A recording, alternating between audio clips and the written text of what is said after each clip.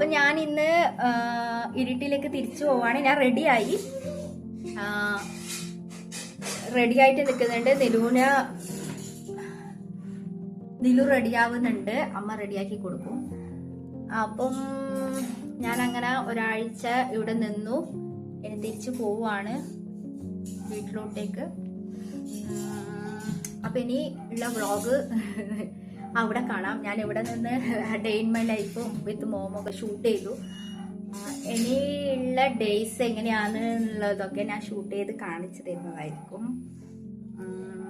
പിന്നെന്താ, അങ്ങനെ പ്രത്യേകിച്ച് വേറൊന്നും പറയാനൊന്നുമില്ല. ഇനി പോകുന്ന വഴിക്കുള്ള കാഴ്ചകളൊക്കെ കാണിച്ചു തരാം. നമ്മൾ ഇരിട്ടിയിലെത്തിയിട്ടുള്ള കാഴ്ചകൾ കാണിച്ചു തരാം. ഓക്കെ, ഞാൻ റെഡിയായി. ഹസ്ബൻഡ് റെഡിയാവുന്നുണ്ട്.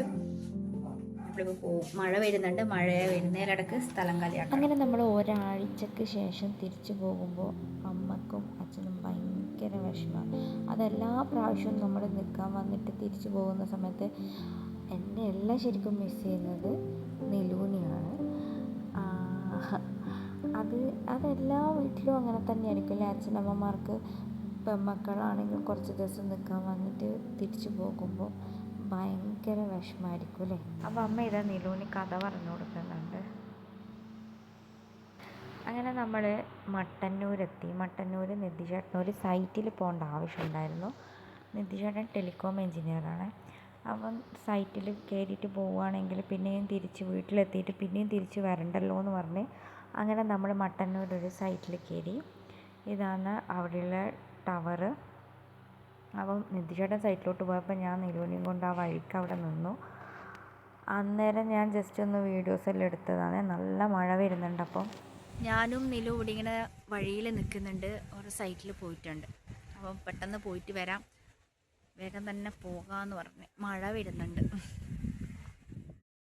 അങ്ങനെ പോകുന്ന വഴിക്ക് ഇരുട്ടി എത്തിയപ്പോൾ നമ്മൾ പറഞ്ഞു നമുക്കൊരു ബിരിയാണി കഴിക്കാമെന്ന്. അങ്ങനെ അവിടെ ഒരു തട്ടുകട പോലെ തന്നെയുള്ള ഒരു ഹോട്ടലുണ്ട്. അപ്പോൾ അവിടെ നമ്മൾ നല്ല ഫേമസ് ആണ് ബിരിയാണി. അങ്ങനെ നമ്മൾ അവിടെ പോയി ബിരിയാണി കഴിച്ചു. എപ്പോഴും പറയുന്ന പോലെ തന്നെ നിലുവിനോട് എന്താ കഴിക്കാൻ വേണ്ടതെന്ന് ചോദിച്ചപ്പം ബിരിയാണി തന്നെ അവൾ പറഞ്ഞു. അങ്ങനെ നമ്മൾ ബിരിയാണിയെല്ലാം കഴിച്ച് നമ്മൾ വീട്ടിലോട്ടേക്ക് വീണ്ടും യാത്ര ആരംഭിച്ചു. ഇതിപ്പം പോകുന്നത് പടിയൂർ ഭാഗത്തോട്ട് അങ്ങോട്ടേക്ക് പോകുന്ന വേറൊരു ആവശ്യത്തിന് പോകുന്നതാണ്. ശരിക്കും നമ്മളെ വീട് മുണ്ടയാമ്പറമ്പാണ്. അങ്ങനെ പോകുന്ന വഴിക്ക് നല്ല മഴ പെയ്ത് ഇതിപ്പം നമ്മളെ റോട്ടിലേക്ക് കയറി. അങ്ങനെ നമ്മളെ സ്ഥലം എന്ന് പറഞ്ഞാൽ മുണ്ടയാമ്പറമ്പ് ഭയങ്കര ഫേമസായ ക്ഷേത്രമുണ്ട്. മുണ്ടയാമ്പറമ്പ് അമ്പലം. അവിടെ കോഴിവെട്ട് ഉത്സവവും കാര്യങ്ങളെല്ലാം ഉണ്ട്. അപ്പോൾ ഒരു വർഷത്തിൽ 2 പ്രാവശ്യം ഉത്സവം നടക്കുന്നുണ്ട്. പിന്നെ സംക്രമത്തിന് മാത്രമേ നട തുറക്കുകയുള്ളൂ നമ്മുടെ അമ്പലത്തിൽ. അപ്പോൾ ഈ ഉത്സവത്തിൻ്റെ സമയത്ത് പല സ്ഥലത്തു നിന്നും ആൾക്കാർ ഇവിടെ ഉത്സവത്തിന് വരുന്നുണ്ട്. മെയിൻലി വരുന്നത് എനിക്ക് തോന്നുന്നു കോഴിക്കോട് വടകര ഭാഗത്തു നിന്നുള്ള ആൾക്കാരാണ്. അവിടെ നിന്നുള്ള ആൾക്കാരാണ് കൂടുതലും വരുന്നത്.